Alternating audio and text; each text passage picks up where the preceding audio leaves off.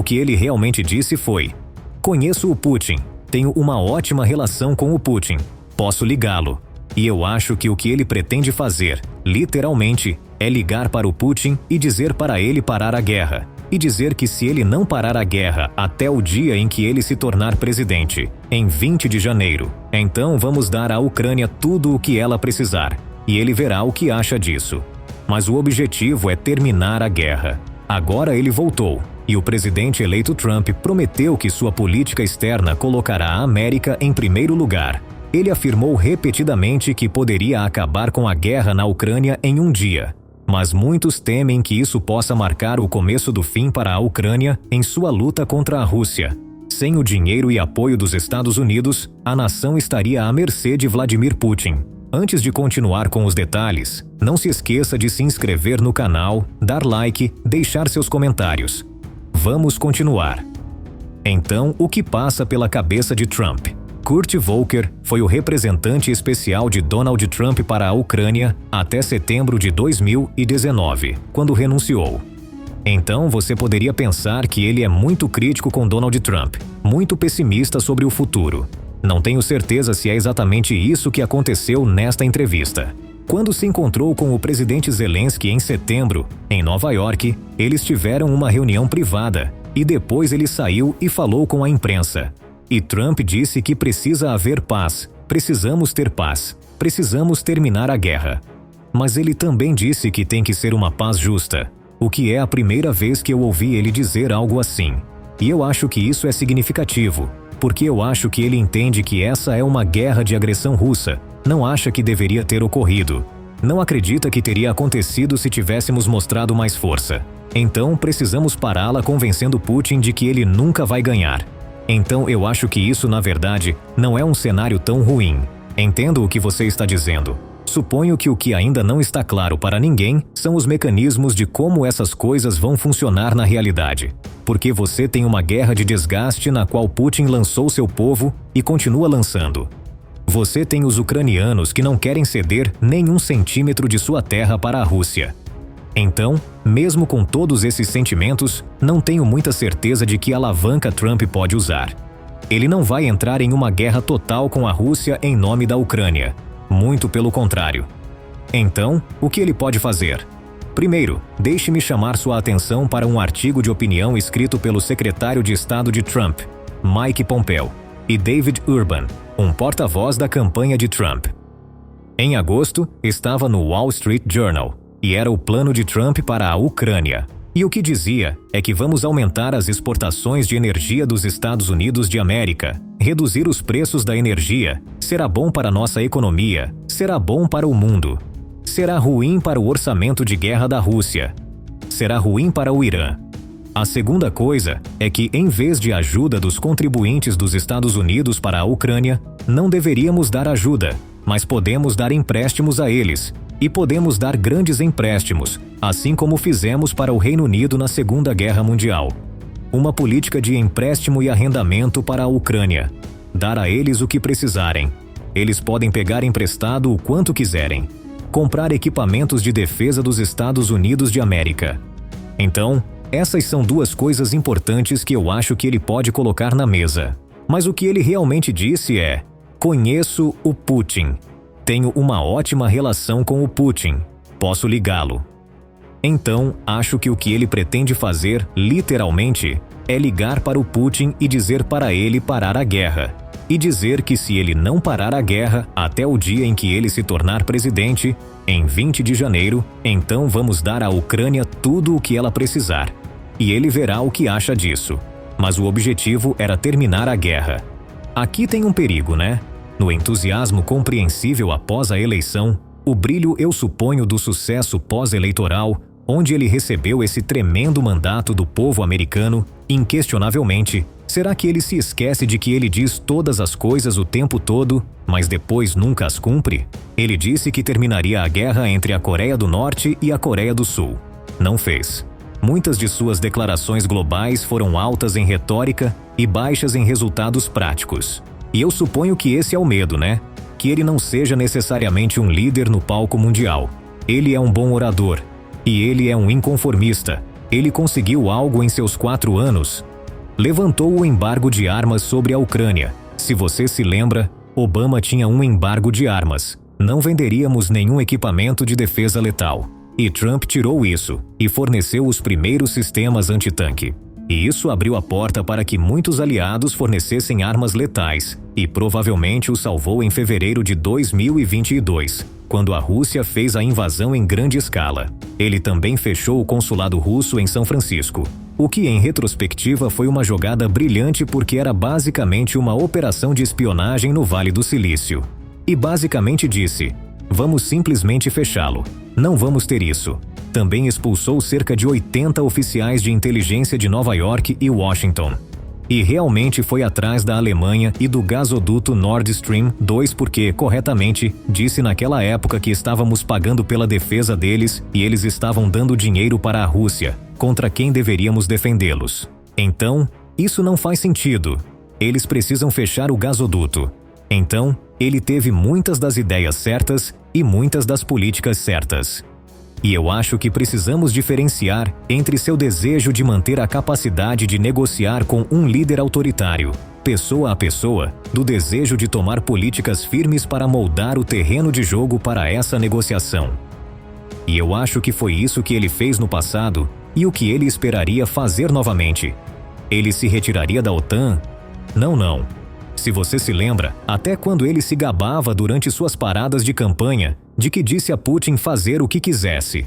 O ponto dessa história era explicar como fez os aliados da OTAN, os aliados europeus, gastarem mais em defesa. Então, o ponto não era acabar com a OTAN.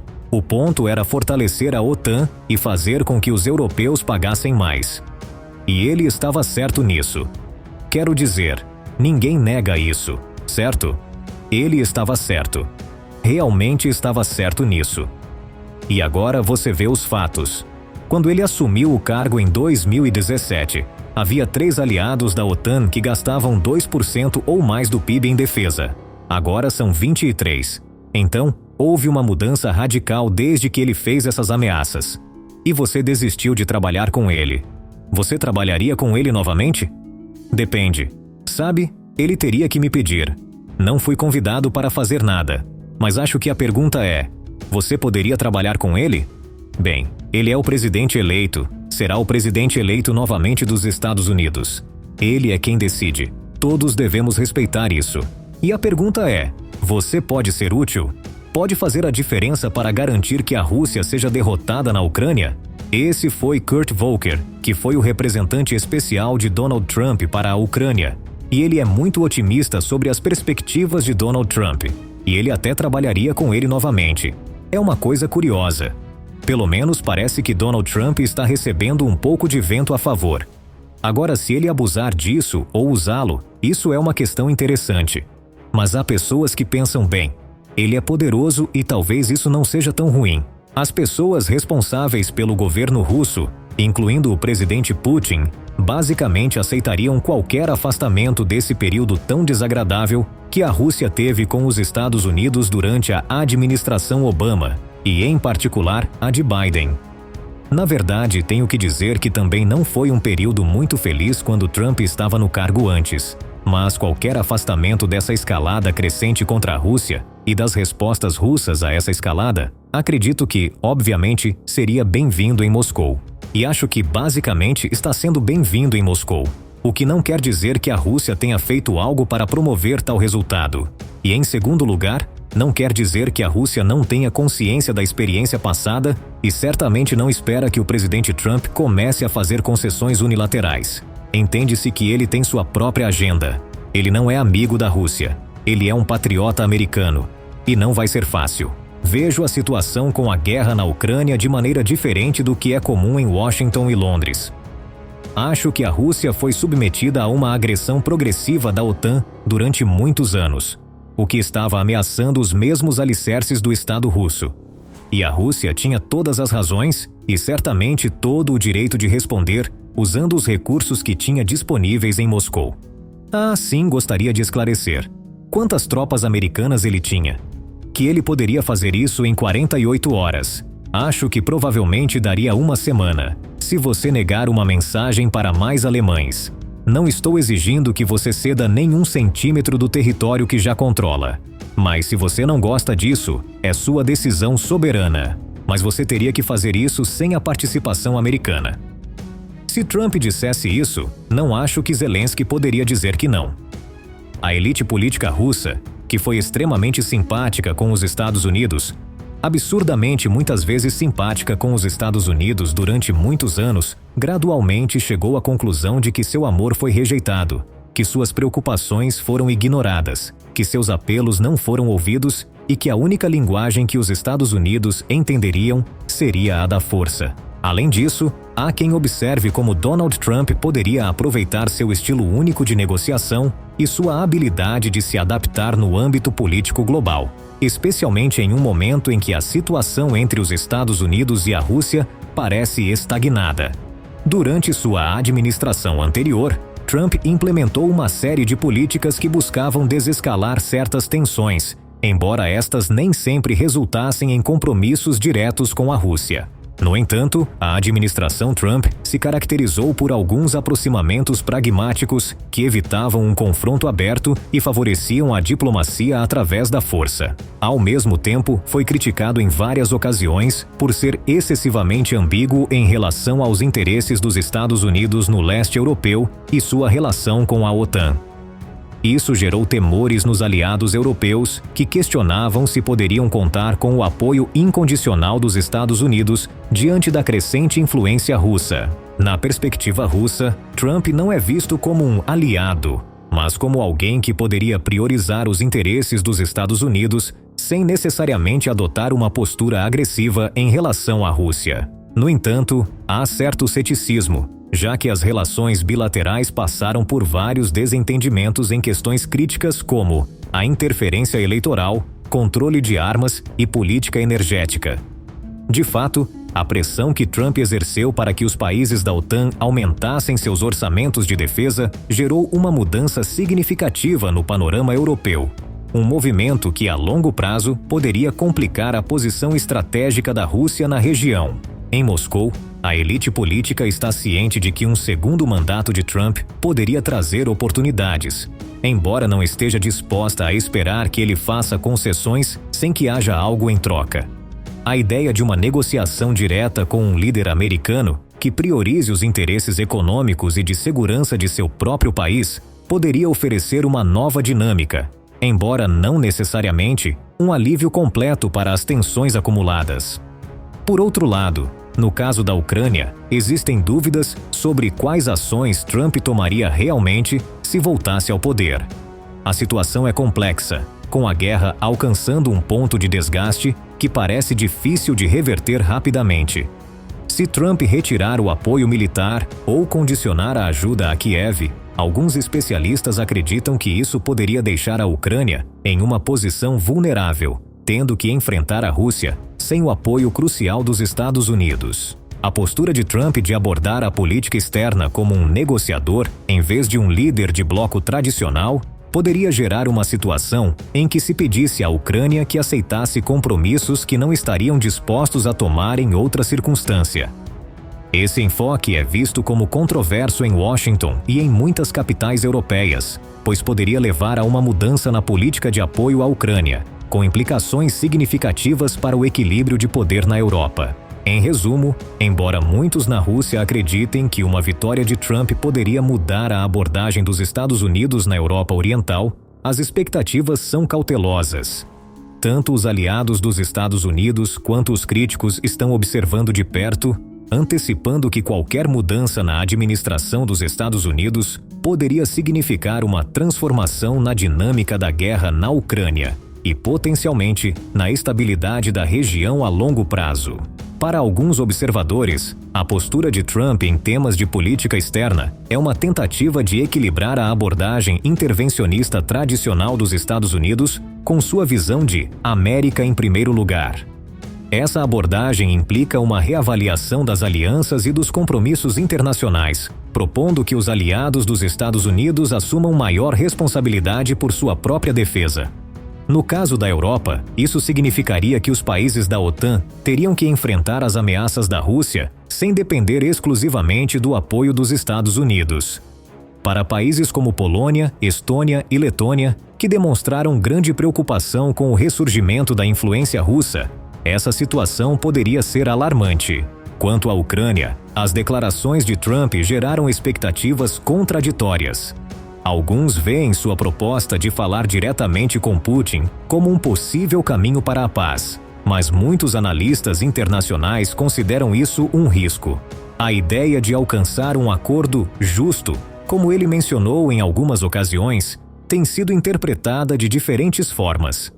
Um acordo desse tipo poderia implicar concessões territoriais que a Ucrânia provavelmente rejeitaria, pois a defesa de sua soberania e integridade territorial tem sido inegociável para o governo ucraniano e sua população. Internamente, a abordagem de Trump também é projetada para atrair uma base de eleitores americanos que estão cansados dos custos financeiros e humanos dos compromissos militares no exterior.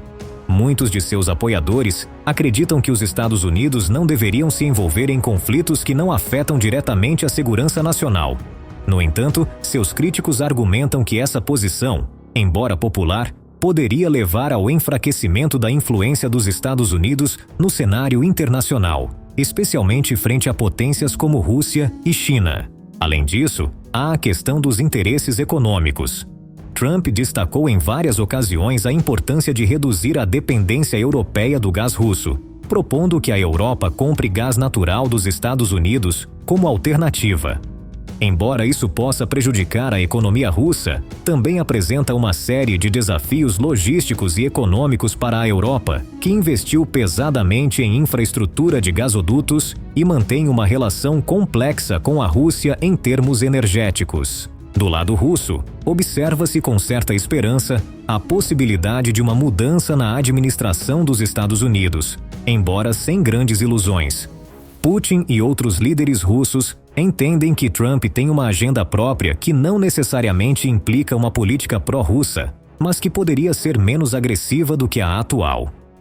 Mesmo assim, a experiência anterior com a administração Trump deixou claro que suas políticas podem ser imprevisíveis e que o líder americano pode mudar de abordagem rapidamente, dependendo das circunstâncias. Em termos de diplomacia, a chegada de um novo mandato de Trump significaria uma reconfiguração das estratégias tanto em Kiev quanto em Moscou.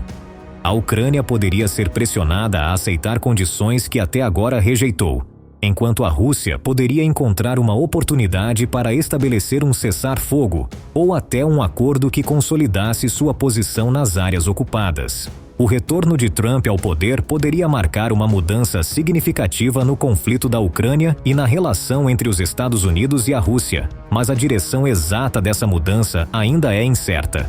Seu estilo único de liderança, que combina retórica contundente com uma inclinação para a negociação, deixa muitas perguntas abertas sobre como ele lidaria com uma situação tão complexa e volátil como a guerra na Ucrânia. Os países europeus, especialmente aqueles no leste, acompanham com preocupação a possibilidade de um retorno de Trump, temendo que sua abordagem de América em primeiro lugar signifique uma redução no apoio militar e financeiro dos Estados Unidos à Ucrânia. Polônia, Lituânia e outros países da região investiram no fortalecimento de suas próprias defesas, conscientes de que uma retirada do apoio dos Estados Unidos poderia desestabilizar ainda mais a região. Em resposta, alguns governos europeus começaram a aumentar seus próprios orçamentos de defesa e a incentivar a cooperação militar dentro da União Europeia, antecipando que poderiam enfrentar a Rússia com menos apoio dos Estados Unidos. Enquanto isso, na Ucrânia, a ideia de uma paz justa proposta por Trump gera incertezas. A resistência da população ucraniana à invasão russa tem sido intensa, e qualquer acordo que envolva a cessão de território poderia resultar em uma forte reação, tanto do governo quanto dos cidadãos. Zelensky manteve uma postura firme na defesa da soberania nacional. Portanto, aceitar concessões à Rússia poderia não ser viável politicamente, independentemente da pressão que ele receba de seus aliados. Além disso, existem preocupações sobre como Trump gerenciaria as relações com os aliados europeus, que têm sido fundamentais para a coalizão de apoio à Ucrânia. Durante seu primeiro mandato, suas críticas à OTAN e sua insistência de que os países membros aumentassem seus gastos com defesa geraram tensões na aliança. Embora isso tenha motivado um aumento nos orçamentos de defesa na Europa, também ficou claro que sua abordagem era menos cooperativa e mais transacional. E isso poderia levar alguns países europeus a se questionarem até que ponto poderiam contar com apoio incondicional caso o conflito se intensifique. Por fim, Trump sugeriu que priorizaria os interesses econômicos dos Estados Unidos, promovendo a exportação de gás e petróleo como uma ferramenta de pressão sobre a Rússia. Se ele conseguir implementar essa abordagem, isso poderia prejudicar a capacidade de Moscou de financiar o esforço de guerra, embora também possa tornar os preços da energia na Europa mais voláteis e aumentar a dependência da região das exportações energéticas dos Estados Unidos. Em conclusão, embora a perspectiva de um segundo mandato de Trump apresente algumas oportunidades para a Rússia e possa forçar a Ucrânia a repensar suas estratégias, as implicações são complexas e potencialmente divisivas, tanto para a Europa quanto para a política externa dos Estados Unidos. Este vídeo chegou ao fim. Obrigado por assistir. O que você acha sobre isso? Conte-nos nos comentários. Não se esqueça de se inscrever em nosso canal e ativar as notificações para se manter informado sobre novos vídeos. Obrigado por nos acompanhar. Até breve.